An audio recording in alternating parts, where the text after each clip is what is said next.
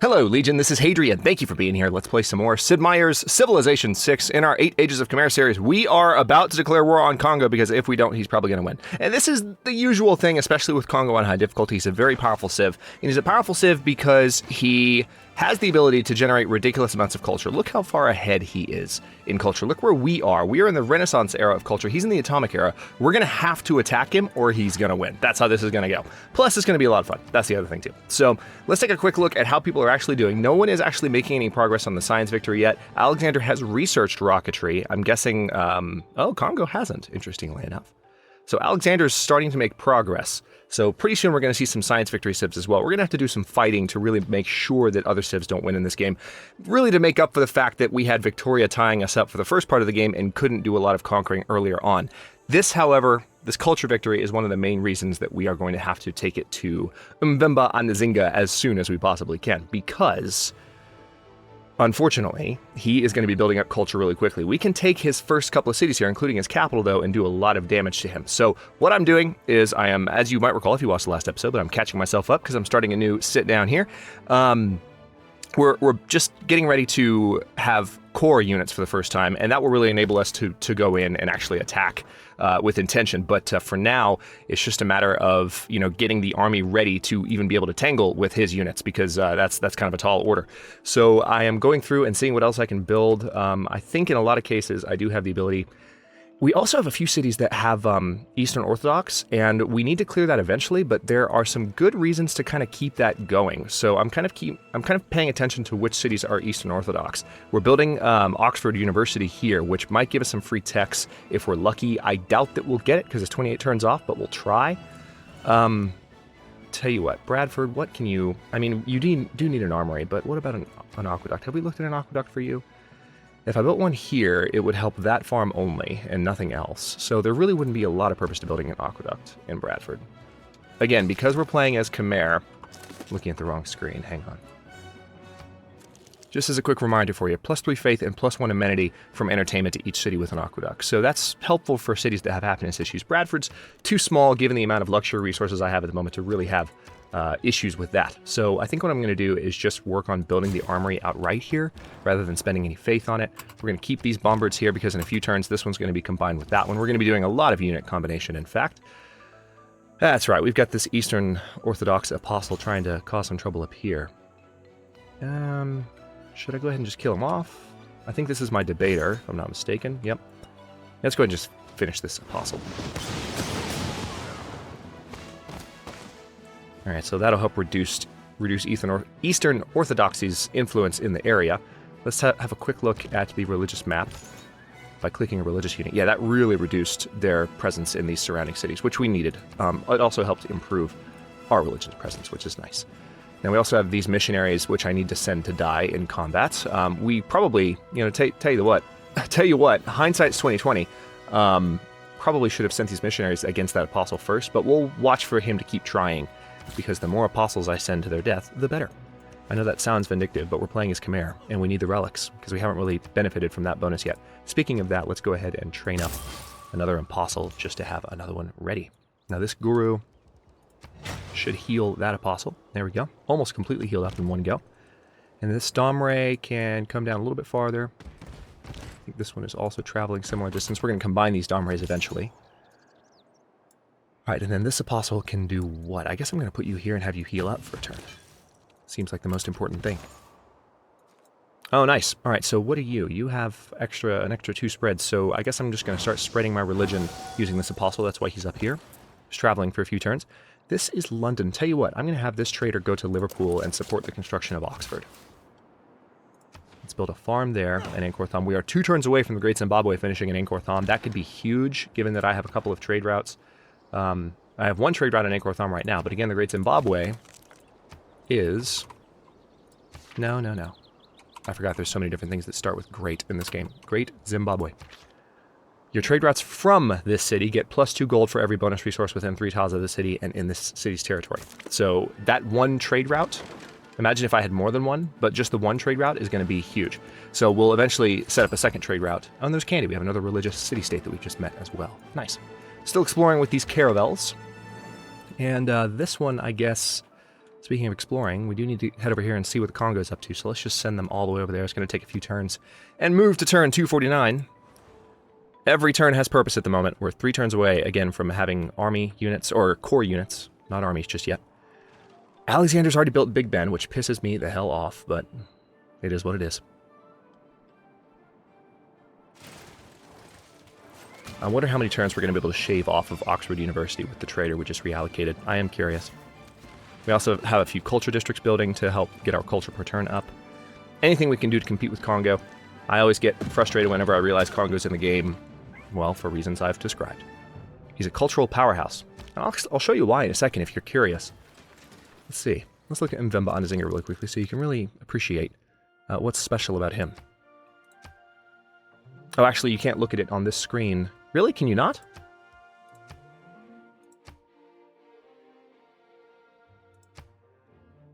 Really?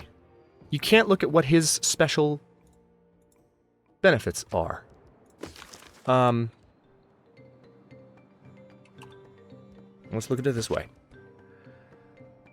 Check this out. Receive 50% more great writer, great artist, great musician, and great merchant points. And that's huge. That is their universal bonus. They get more great writer. These are all the cultural great people, and they get all of them at not double the rate, but 50% faster. So pretty impressive. And then, of course, extra food production and gold from each relic, artifact, and sculpture. And great work of art. Wait a minute. For each relic, artifact, and sculpture...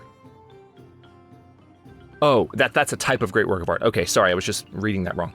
So there's a certain type of great work of art that gets a bonus if you're Congo. So again, he is a culture powerhouse. He is designed to generate tons of culture and work towards a rapid culture victory. Let's see if he made any more progress. Yeah, see, he's already growing the number of tourists he has, which is one of the reasons we want to take some of his cultural attractions away from him as quickly as possible.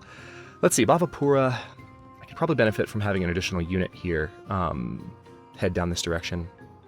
We are going to need an additional pikeman at some point, so let's train that up, just so we can have that pikeman corps ready ASAP.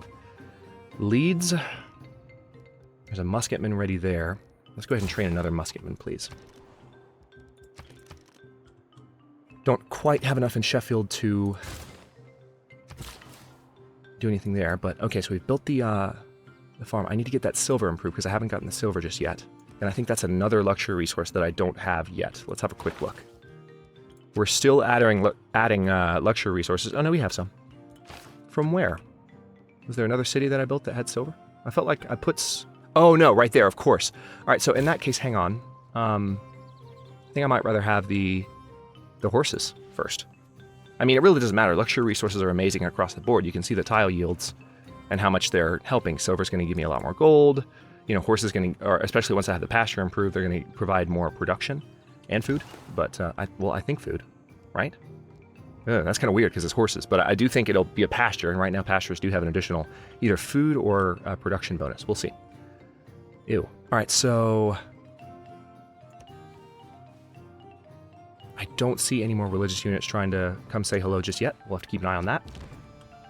I'm going to keep these Domrays just hanging out for a bit, because they're going to need to combine. Well, I can move them down a little farther, I suppose. Yeah, a lot of these units are going to be combined shortly. Let's heal you up, and then I need a holy site. Yep, got one here. So you come here and heal up. We'll just wait for additional stuff to do. Now, if I send this missionary in, where might there be another religious unit? I'll just send this one over to London. And I guess I'll send this one up to Sipar. Going to try and spread our religion just a little bit. Okay, we've converted Adab. Getting our religion out there finally. Liverpool! Okay, this is what we've been waiting for. We're going to trade with Angkor Thom. And let's see how many turns we shave off. Right now it's 27 till done. 24. Okay, that's about what I was expecting. And I frankly wanted a little better, but it's fine. 2 turns away from nationalism. This, and 1 turn away from Great Zimbabwe. That's going to be huge. Let's see. We got 1 build left here. I'm going to go improve those trees. And then where do we have a knight? We've got one down here. Again, I know you're seeing a lot of units right now. The unit count is going to drop as we start combining them to make cores.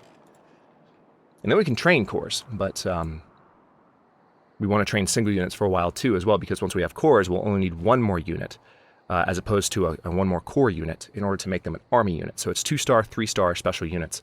Okay, let's watch our gold per turn go up. 68.5 right now. Great Zimbabwe is about to finish. There's a ton of bonus resources around Angkor Thom, so.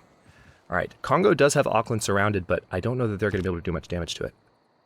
King Solomon gave the Queen of Sheba all she desired and asked for, besides what he had given her out of his royal bounty. So she turned and went to her own country, she and her servants. Alright, the Great Zimbabwe, 74.6, so we got another 10 gold per turn out of that, and that's just with one trader. Every trader now is going to bring us a lot more. So, with that being done, I do need to do, let's go ahead and train up another apostle. And then I suppose, ooh, hello. I guess a few other things finished because we have room for more traders now. Let's get them built. Yeah, trader first. So we can add another trader to Angkor Thom for more gold, and we can add another trader to Liverpool to support the building of Oxford.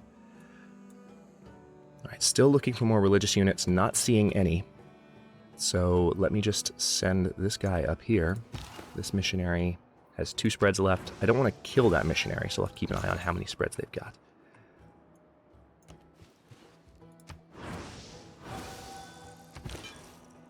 Gilgi is training up a bunch of units, but he's not really, I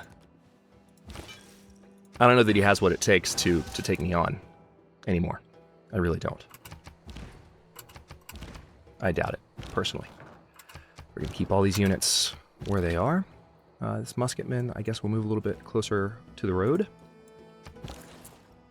Alright, new trader here. I kind of want to keep... I guess we had you trading with Kabul. Are there any city-states that are looking for a trade route right now? No, none. So I couldn't fulfill any quests. Just trade with Angkor Thom. I'd rather you have the production and growth bonus right now as that newer, smaller city that used to belong to England but now belongs to me.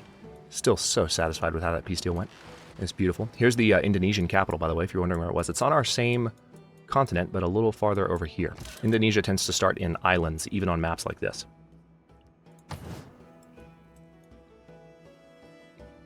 I had someone ask me, what's the purpose of having a city this far north in the comments? And that's a good question, but I want to remind you that one of the reasons I put the city here is I was looking for rivers when I settled, because as Congo, any holy site that you put on a river provides an additional food and housing bonus. And I just want all of my cities to have the maximum, possible, especially my new cities over here, to have the maximum possible benefits that they can grab. So that's why I was so determined on having it up here, because of the river. All right, so let's... Yeah, I need to get rid of this barbarian encampment at last, and we use that knight to do it. Let's go to the next turn, and we will have the arrival of nationalism, and we'll be training up a bunch of core units, finally. Our gold per turn is going to start skyrocketing as of now, so we'll be able to buy some units outright and do this pretty quickly. And I'm hoping to be at war with Congo by the end of the episode.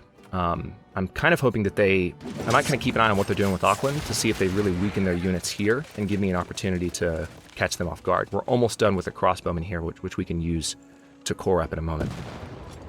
We're going to be doing a lot of cores because there's so many nearby. All right, and we have this bombard as well. Human nature, as manifested in tribalism and nationalism, provides the momentum of the machinery of human evolution.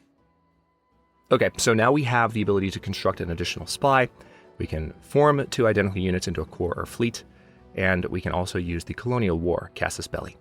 National identity, units have 50% less combat strength from being injured, so that's really, really handy as a military policy. Let's take a quick look. We also do have an extra military policy slot. Not sure how that's... Has this been sitting unfilled? Interesting.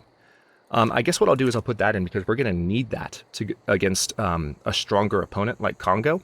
So basically they don't weaken as much when they're hurt, and I think the benefits of that are pretty clear. I'll keep everything else the same for now. And now that we can build cores, let's go ahead and do that. As many units as we can.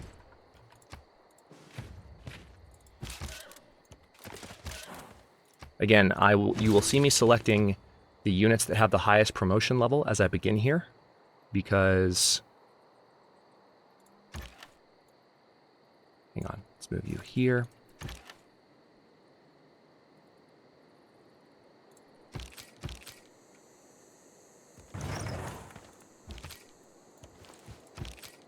Okay, can't do anything just yet, but I can core you up. And the game will automatically actually combine the units in the best way so that they have the correct promotion level of the stronger unit, essentially. Now, you are a warrior monk. I don't know that I have any other warrior monks ready. I have this knight. Yeah, everyone else here is waiting for a unit. Yeah, these are all promoted units, so I need to have duplicates. I need to have an additional... Yeah, here's a musketman, so he's on his way, but I don't have another musketman ready to core, I don't think. We got this one in Liverpool, so actually, you know what? We can have these two core. Why is the game so jumpy right now? This is odd. I'm going to have to check if I've got anything running in the background when I cut this episode. It seems to be a little laggy. Giving me trouble. Alright, so we can pick a promotion for our new apostle. Relic is created if this apostle dies in theological combat. Sure, let's go ahead and do that. Now, as far as the civics tree, and what we're going to do here, we can go for additional envoys by getting colonialism. I don't think Bolshoi Theater is going to be available to us. I'm pretty sure it's already been built. But this could really help us catch up in some other ways. Civil engineering also... They moved... I remember they moved one of the main... Yeah, this used to provide a bonus for walls, but I think they moved it to a technology. Let's have a quick look. I think they moved it to steel. Yep, urban defenses used to be associated with culture. Now it's associated with technology. So civil engineering doesn't really do as much anymore, but those extra build actions could be good for builders, maybe. You know what? I'm going to go for natural history first. We're going to do colonialism, then natural history, so that we can have access to the zoo, the Hermitage, and the archaeologist. The Hermitage, I think, has already been built by Congo, but just need to keep going on that. Lingapura. Yeah, you know what? Go ahead and build a prasat. Do that for me.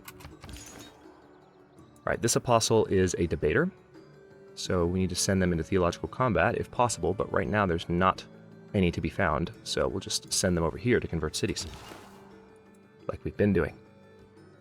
Only one spread left with this missionary, which means I really would like them to die in theological combat. The one downside of the religious lens is that it's a lot harder to see when you're sending them into Fog of War, because the Fog of War has this certain tint, and then the colored map, you know, but when all the color drains, you can see it, but it's not as defined. So, like, you want to see if you can look for other religious units, right? So you send them into the Fog of War.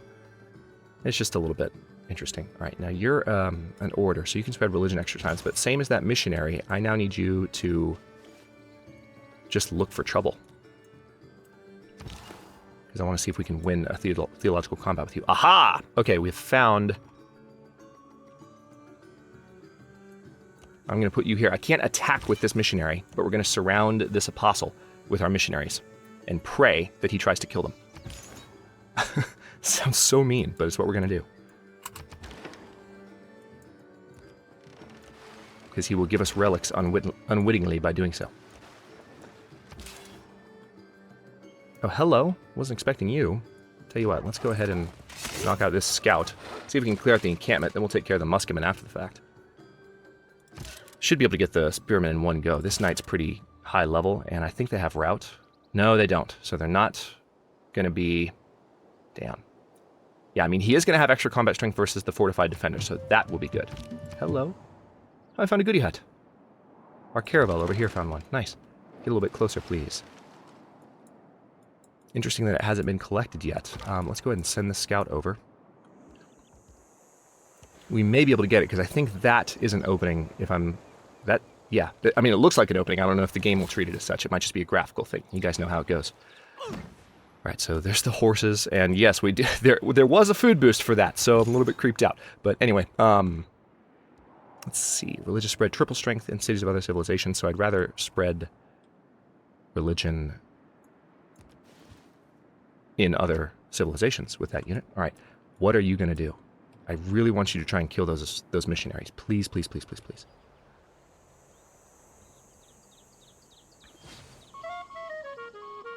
A spy from the Sumerian Empire was captured during a steel tech boost mission. Good, yes, kill the missionaries. Kill them. Kill them dead. Good. Stay there and fight them. Okay, so you're willing to give me pearls. I need pearls. You know what? Sure, Germany, that's fine. Happy to help you out. Thanks for helping us out. Okay, Congo's going to give me diamonds. I'm about to... You know what? I'll take this, just because it looks like we might not have war with Congo this episode. I'll take this, but... Alright, so they have 2 musketmen here. This is actually going to be a little bit rough. This knight could be in trouble if I try and finish this guy off now. But economists travel on infrastructure. Yeah, I think I'm going to have to withdraw this knight. Because if I move them in here, they're going to get hurt. Badly. So let's go ahead and move them all the way down here. I hate this. I'm trying to finish off that encampment, but I wasn't expecting musketmen. Let's see if we can train up. Oh, we can purchase a watermill with gold. Let's go ahead and do that for the food and production bonuses. I'm glad we got that Sumerian spy. We're going to keep him as long as we can. Now, what should the next... I really feel like industrialization is probably a good idea so we can have factories as soon as possible. We've already got a few industrial zones in the appropriate places. So let's go for that, and then maybe... Oh, okay, so we hadn't done mass production, square rigging, or industrialization yet. We're going to have to do those 3. Square rigging will provide additional movement for our BART units, which will help our scout in just 4 turns. We have a scout heading over to that new goody hut. Do I really want this next, or do I want to maybe go for ballistics next for field cannon, because it'll improve our crossbowmen? Maybe that's the way to go, since we're going to war against... Yeah, we're going to be at war with Congo. Let's do that first. Have 2 forts in your territory, both constructed by a military engineer. Alright, so we can get a boost on that as well, I think. If we're fortunate enough to get a military engineer in a couple of turns. So... Yeah, let's go ahead and get these built. Harleia can do another one. Right? Or can you not? Oh, no, you can't. Alright, go ahead and repair your outer defenses. Can Vimayapura? I think military engineers have to be built in cities with encampments. How long would Bhavapura take? 4 turns? Yeah. In place of the pikemen, let's do that. And then Vimayapura... Actually, we might need an industrial zone up here in order to help with production. You don't have a harbor or commercial hub yet, though, and that'll help with the trade route. Let's see if there's a good spot for a commercial hub. There is, and it's on a river. Alright, let's do that then. Vimayapura is still on food focus. And I think, well... No, let's take it off food focus. And put it on production focus, actually. That city's doing well enough to where that is a reasonable choice, I believe. Then Portsmouth... We do need an additional spy, but let's first go ahead and core this crossbowman up. We need another crossbowman too to support. We need to keep putting out crossbowmen, definitely. But we need another spy. Not here though. I am going to go for the crossbowmen so we can be preparing these units as rapidly as possible.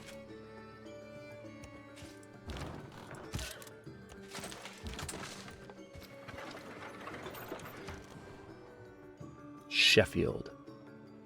I could do an industrial zone here, or do I need one, is the question. Is that an industrial zone? Yeah, it looks like an industrial zone to me. Yeah. So we've got one there, and that is in range of Sheffield or not? I don't know why my grid was turned off. 1, 2, 3. No, it's not nearly in range of Sheffield. So we could have one over here, and it would definitely help the city produce faster, or we could just do a campus. But that would be replacing some of that city's growth. We could do an encampment to help ensure that future wars against London go well. Let's do that. We'll put it on the desert tile there, and it will be relatively safe. That way, England doesn't get any funny ideas. This apostle, if it dies in theological combat... Let's go ahead and put you there, because that missionary's bothering me a bit. And it looks like these guys need to just keep hanging out by this apostle, so we'll keep them there. You there. Alright, here's one of our new traders. I think I want to have you go to Liverpool first to support the production of Oxford, but we have another new trader coming that we're going to put in Angkor Thom for reasons that we have discussed. What is up with the jankiness? It's weird. Might just be late game Civ 6, but I'm not used to it on this size map. All right, so silver, maybe. I mean, I guess the silver would be a good idea. There's 2 more silver I need to improve around this city. Or, I mean, there's different ways to look at it. I could... Yeah, let's improve the sugar first, because that's just such a huge food production tile, and we need that city to grow as rapidly as possible.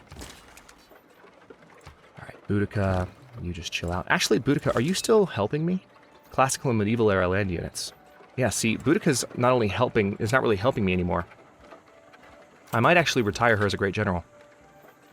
As much as I hate to say it. So let's finish going through this turn. We've got this apostle here. We can spread religion 2 extra times. So let's go ahead and use you on Sipar. We need to get an Inquisitor up here for that city. So let's do that. Let's train a couple of Inquisitors. Because we have some cities in our territory that have not been inquisited. That have not seen an Inquisition. And they need to. Alright, I don't know that Alexander has a religion that he's really worried about spreading at the moment, because I haven't seen any religious units come from him. So we're just going to keep our missionary moving through here until we spot something that it can fight against and maybe die against. Yep, you stay put, you stay put. I just want you to die. That's all I want you to do, thanks. Let's keep you there, and then this caravel. Just going to keep scouting out these islands a little bit. There's just one goody hut. Right there. More of Alexander's boisterous theme that I love so much. / hate. Okay, next turn, and that will be the end of the... Well, actually, no, hang on. Game's doing its thing where it makes me think the turn's over, but it's actually not. Yeah, let's get these 2 tiles improved, please. And then you... Yep, triple strength spread in cities of other civilizations. Uruk. Oh, yeah. Awesome spread there. To help make their capital belong to us, and then... You just get extra combat strength and theological combat, so I think I'd rather send you down maybe to fight this English guru. And now we're going to the next turn. I think we're about to get a relic, because this missionary will almost surely die here. Again, we have a new trader that's going to support the production of Oxford starting in the next turn. Okay. Oh no, they're attacking the other one. Why'd you do that? Ah, Harold Hardrada just finished the Oxford University. Never mind. We didn't get Oxford. Man, we have... The production bonuses that the AI gets in Emperor really make it difficult to go for wonders. You really have to go for just outpacing them in every way that you can. Let's go for a spy, and we're going to have to reallocate that trader that we just sent. You would be better off going to Angkor Thom, and just... We'll have 3 trade routes going from Angkor Thom, so we have more gold coming per turn. Hara Haraleia. Man, that really sucks. All right, yeah, crossbowman. And then we'll send this musketman corps down. Okay, I need to stop here. We're 28 minutes in. This is a perpetual thing with my Civ 6 content. I can't stop each recording. But in the next one we are... I would imagine... I'd be really surprised if we wait another turn without going to war with Congo, just because we need to really put him on his back heels. Now, Auckland is about to fall, so one of the things we're going to need to do is... get some units over here in order to help defend Auckland against this encroachment. So that's going to be my focus, I think, with the next episode. When we attack Congo, we're probably going to attack his units attacking Congo first, just as a means of doing as much damage as we can. Let's get you up here so that my crossbowman, level 6 crossbowman, where are you? Now, this isn't a core unit yet. This one is, though. So let's put you there. So that unit will be able to attack pretty handily. And then this unit is a general that will boost modern and atomic era land units once I have them. So I have 2 obsolete great generals at the moment. One obsolete from the past and one obsolete from the future. That makes lots of sense, I know. But, okay, I can move this crossbowman here. It'll allow me to move that great general there and then that crossbowman there. Oh wait, no, just kidding. Game lied to me again. Thanks for watching. If you enjoyed this one, don't forget to like the video and subscribe to follow along. New episodes are coming out every day at noon Eastern Time. Comments are always welcome. Let me know what you think, and I'll see you next time.